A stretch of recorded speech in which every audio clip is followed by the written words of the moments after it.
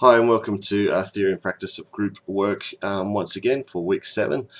This week we're looking at couple of specific contexts in which groups can be held and are often held, that being in the school context and also in the community context.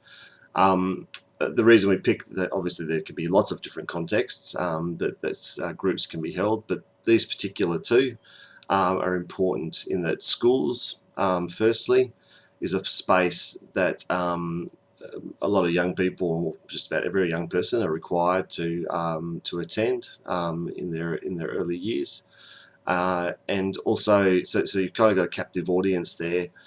Plus, it's also a place where a lot of social development happens alongside the educational development.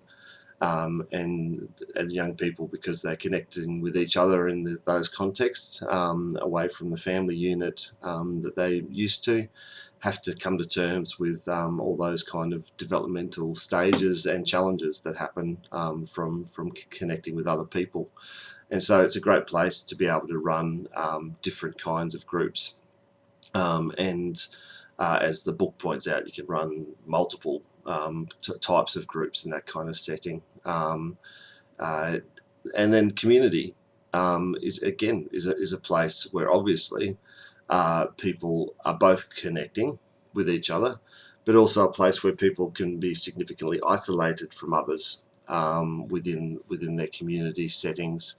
And that happens for a whole range of reasons, but often, because they're vulnerable in some type of way, whether that be through their health, whether that be through their socioeconomic situation, whether that be through trauma and their experiences of trauma in some different ways, whether that be that they've come out of prison, for instance, whether that be too that they because of their abilities or lack of ability in certain areas, whether that be because they've come from a different place, can't speak the language, the whole range of reasons why people can either thrive in community settings or struggle in community settings. And so groups, again, are a great place to, or a very common place that you'll see groups is in community situations.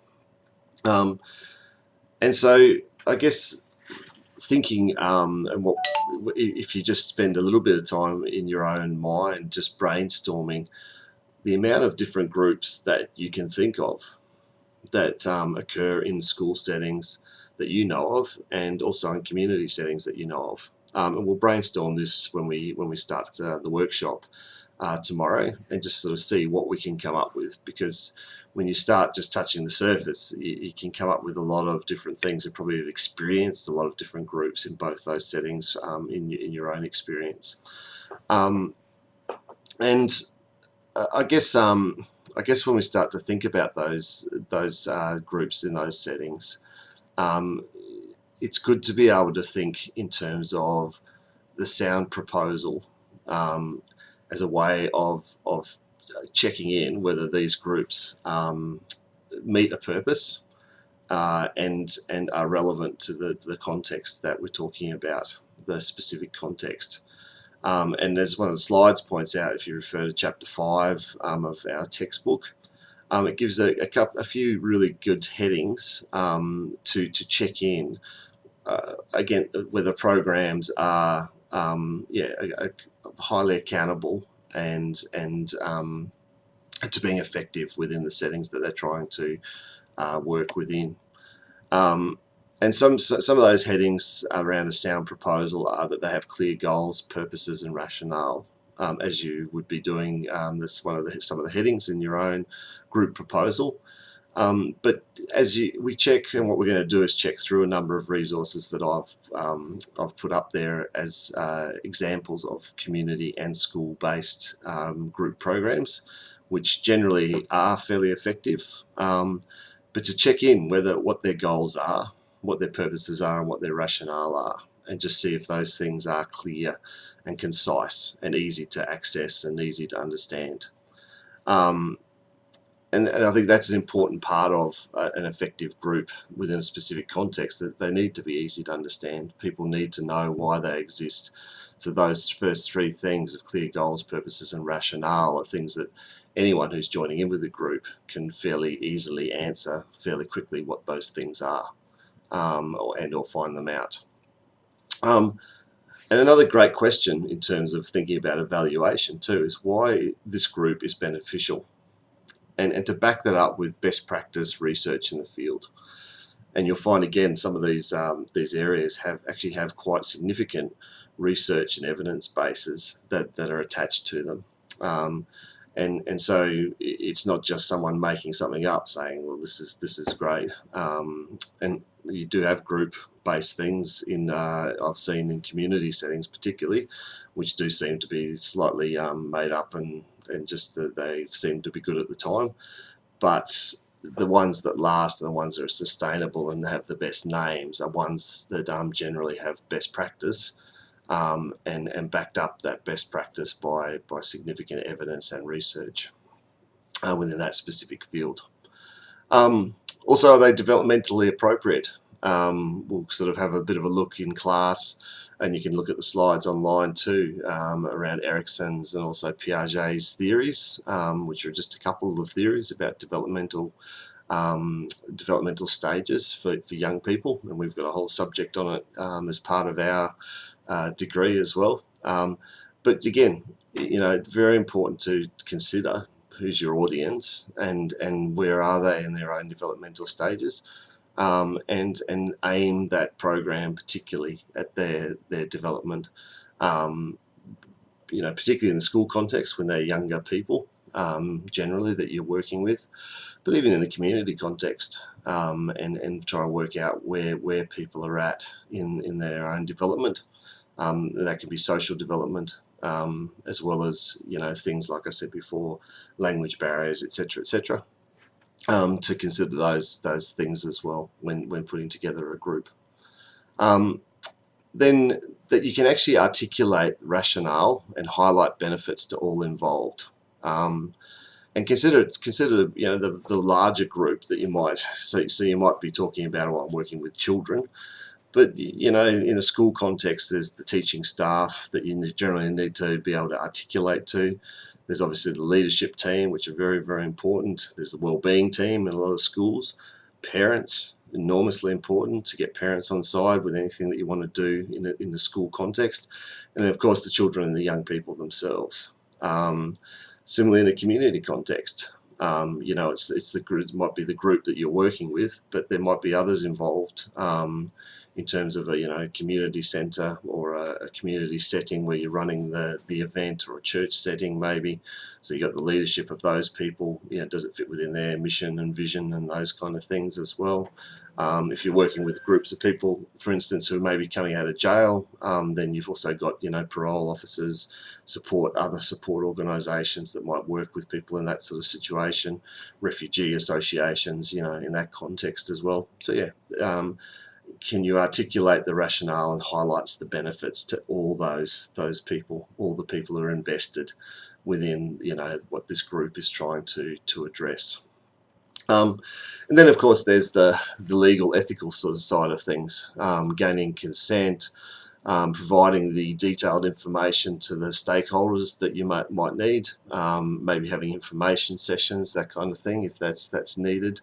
And then also the trainings that might be involved in the checks, just to make sure that whoever's involved is not going to cause people who are vulnerable already, in a lot of cases, more issues, but rather be able to truly help them. And I guess that they are an important consideration, is the ethical and legal, practical considerations as well of how to set up groups. Because schools, for instance, and churches and community centres all have their own policies and procedures that you need to be very aware of, and that you're taking into consideration, the things that they need to be able to actually run a group in their settings. Often one of those things is public liability insurance, for instance. That a lot of situations you need to have your own public liability insurance or be covered by an organisation's public liability, to be able to actually work within a particular setting. Confidentiality, huge issue. How are we going to manage it? We're going to put up photos of everybody who's involved up on Facebook and YouTube clips, because that would be breaking of confidentiality. So how do you protect that confidentiality? And even the disclosure that might happen within sessions. How do you set that up and make that very clear to the people who are involved straight away? Then, of course, the scheduling, location, disability access. I was involved in I went to a breakfast once around stopping violence, where they had it on the second floor with no lift, and they invited one of their speakers who was in a wheelchair to speak and couldn't actually get upstairs. So, thinking about things like that, is it going to be accessible to all the people who are, want to actually access, or that you want to target within this program as well. Of course, informed consent by parents, how the group will be screened, as in who gets to go to the group, how do you actually get referrals for the group, that kind of thing. What will they be expected to know, or what will they be expected to learn or change? What is that kind of behaviour, that if you're going to do behaviour change, what are we looking at? Be specific about that. What's our own qualifications, and that kind of thing, that we're bringing in, if we're bringing some expertise into this area. How many other people might be involved? How do we screen those people? How do we show their qualifications, who they are? Types of interventions, if we're using therapy and that kind of thing. Then, of course, risk management, in-group conflict, and then I guess also, just the basic ways we evaluate as we go along. And how do we finish if the group's finite, which most groups are, what's the processes, what's the stages that we're working through, and then how do we finish it? Is there some sort of ceremony or rite of passage or something like that at the end that helps us to close the group? And who'll be invited to that? When will that be held? All those kind of considerations, as well as just the things like resources. How much does it cost? If it costs anything, if it doesn't cost anything for the participants, how do you actually get the resources? How do you pay for the particular group, and those kind of things as well. So lots of considerations to take into account when setting up groups in this kind of specific situations that we're talking about. And just to finish with, I listed on the website, I've listed a number of, or given you a number of websites and or YouTube sort of clips that just start to begin to highlight a number of groups that are kind of existing within the City of Adelaide, and particularly, I guess, try to pick a number of, pick 3 groups that were involved in schools, or 3 group programs, and 3 that are involved in community sort of settings. And so 2 of them, the What's the Buzz and the Rock and Water programs, are kind of, I guess, in the category of what you say therapeutic life skills programs for young people in schools. So where young people are experiencing some barriers to their education and social connection. Those 2, and I guess emotional intelligence and that sort of thing, those 2 programs particularly are sort of there to help and guide young people in that kind of, and give them empowerment to be able to cope in better ways in that kind of setting and understand themselves. The Right Journey is a really interesting program in that it's a year-long ongoing program that's also based within schools, and it's really around development, as the right is RITE. So as that name suggests, it connects kind of rites of passage ideas and concepts that young people can develop together as a group of young people moving together through a year of their lives in school, and they grow together in a sense of going through a rite of passage together, and that so really bringing out that sense of developmental stages for those young people. Magic Harvest in the community setting is an interest-based group, so it's particularly around gardening, but also issue-based in terms of it is talking about food security. And it's very much around building connection. So don't do it by yourself, do it together type thing. Learn together, and come together around a particular issue, which in this case is food, growing food, cooking that food, eating that food together. Photo Voice is a really interesting one. I've actually not given you a local reference to that, but I'll talk about local references. I just couldn't find any specific websites around the local Photo Voice projects that I've been involved with and known here in Adelaide. But one of the famous movies that was made, which utilises Photo Voice, was a movie called Born into Brothels, which, as it suggests, was a woman, a filmmaker, and a photographer, connected with young people who were children of people who were involved in that industry over in Asia, and gave them cameras to particularly, allow us to see life through their lens and see how they view the world. And so Photo Voice is a really interesting one in the sense it's a bit of research in terms of it's telling a story, and we're researching what it's like to see life through a particular vulnerable group's eyes. But it's also about empowerment and connection as well, because it's getting that group of people together to be able to tell their story. And so there is a sense of empowerment and then education, wider education for wider community as well.